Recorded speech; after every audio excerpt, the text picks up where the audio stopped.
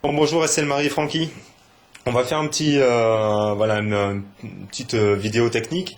Vous êtes tous les deux, vous avez la particularité d'être tous les deux équipés de rotor, en os aussi, mais donc équipés de rotor, soit au niveau des plateaux, soit plateau pédalier. Donc bah, Estelle Marie, pourquoi tu as choisi rotor? Pourquoi tu es dessus? Depuis combien de temps? Ce que ça t'apporte? J'ai commencé avec Rotor en 2009. J'avais des difficultés à courir après le vélo. Et du coup, j'avais lu des études qui, qui montraient, entre guillemets, qu'on était censé courir mieux après. J'ai testé. Personnellement, moi, ça me réussit bien. J'ai l'impression d'avoir les jambes moins lourdes. Alors, j'ai pas de données objectives pour le prouver, mais en tout cas, moi, ça marche bien avec moi. J'ai pris les plateaux pas aéro pour un gain de poids et accessoirement parce que sur le Power 2 Max, c'est plus simple à monter des plateaux normaux. Je roule en compact, en 50-34, et je dois dire que ça me réussit bien. Voilà. J'envisage pas de changer dans un proche avenir. Depuis 2009, j'enchaîne les plateaux rotor. D'accord. Au niveau du capteur de puissance, ça t'apporte quoi d'avoir un capteur de puissance? Comment tu analyses et comment tu utilises les données dans ton entraînement? Alors j'ai choisi le Power 2 Max, c'est le moins cher sur le marché, c'est le meilleur rapport qualité-prix, puis on peut changer la batterie tout seul. Et en fait, c'est suite à la demande de mon entraîneur Stéphane Palazzetti, ça lui permet d'objectiver mes données d'entraînement via Garmin.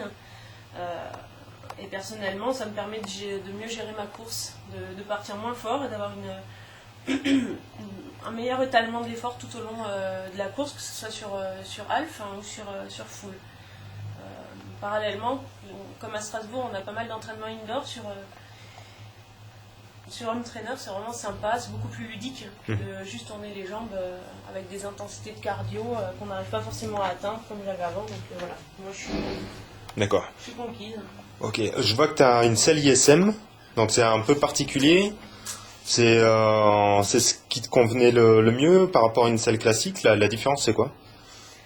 J'ai essayé pas mal de selles classiques, hein. Il y en avait une ou deux qui marchaient bien, mais l'ISM a quand même la grande particularité d'avoir un bec de selle donc fendu, et pour le confort, on dit que pour les hommes c'est bien, mais je peux vous assurer que pour les femmes c'est pas mal non plus. Personnellement, j'ai fait un petit ajustement là en dessous pour resserrer un petit peu le bec de selle, pour avoir le bassin qui tourne un petit peu mieux autour de la selle. Voilà, donc pareil, ISM c'est pour tous mes vélos. D'accord. C'est quel modèle de chez ISM que t'as? C'est la Racine 2. Ah, c'est. Ok.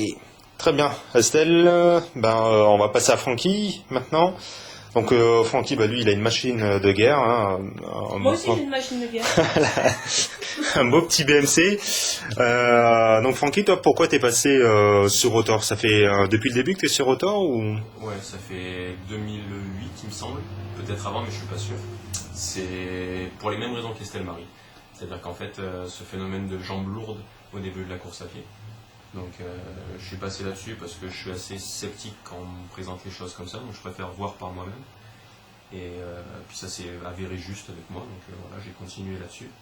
Et récemment, très récemment, je suis passé sur les nouveaux rotors, c'est-à-dire les QXL, avec une accentuation de l'ovalisation, pour la simple et bonne raison qu'ils mettaient en avant le produit pour les personnes développant beaucoup de puissance, je ne suis pas dans la catégorie, ou les personnes travaillant beaucoup en danseuse, et par contre là je suis dans la catégorie, je monte principalement en danseuse, donc ça me correspondait bien. Donc là ça fait quelques sorties que je les ai mis, j'en suis relativement satisfait pour le moment, donc il n'y a pas de raison que ça change, on va rester là-dessus. Ok. Donc au niveau de la configuration du vélo par rapport au parcours tu vas avoir ici là ce week-end, pourquoi avoir choisi une roue pleine au lieu d'une roue classique au profil, une 808 par exemple ou autre chose? Quelle est comment t'es venu cette décision de monter ton vélo comme ça pour ce week-end? Le disque lightweight il est tout simplement plus léger qu'une 808. Donc il offre les avantages de l'aéro et les avantages d'une roue légère. Donc il n'y a pas beaucoup de risques avec. Une roue pleine, même avec le vent, ça ne gêne pas. Et pour l'avant, par contre, j'ai été un peu plus prévoyant. J'ai pris une roue relativement haute, mais sans plus, 60 mm, pour justement être à l'abri en cas de fort vent. Là j'ai une config qui passe partout. J'avais déjà pris ça à Majorque avec de la bosse. Ça passe très très bien. Et Et encore une fois, voilà, je suis allé au-delà des légendes urbaines avec les roues pleines ou les vélos de chrono, ça passe par les bosses et ça fonctionne très bien. Alors je sais pas si le Rotor joue certainement dans ce sens-là.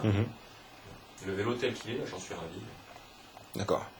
Très bien. Et toi, Estelle Marie, ton vélo, tu as une configuration un peu plus classique pour quelle raison? Ben, moi j'ai choisi une 404 à l'arrière. J'envisage pas d'emmener plus gros.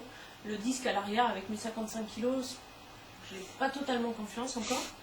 Et à l'avant une 303 en cas de vent. C'est une roue que je sais aéro et quand même que je peux tenir par toutes les conditions de vent. Que ce soit ici ou à Hawaï, c'est un petit peu... c'est dans cette configuration-là que je vais aborder Hawaï également, donc c'est l'occasion de faire un test également, encore une fois en course. Voilà, c'est une configuration que j'aime bien. De temps en temps, j'ai une 404 à l'avant pour gagner un petit peu, mais sinon, c'est comme ça en général. Ok, très bien. Ben, merci à vous deux et puis bonne chance pour dimanche. Ciao.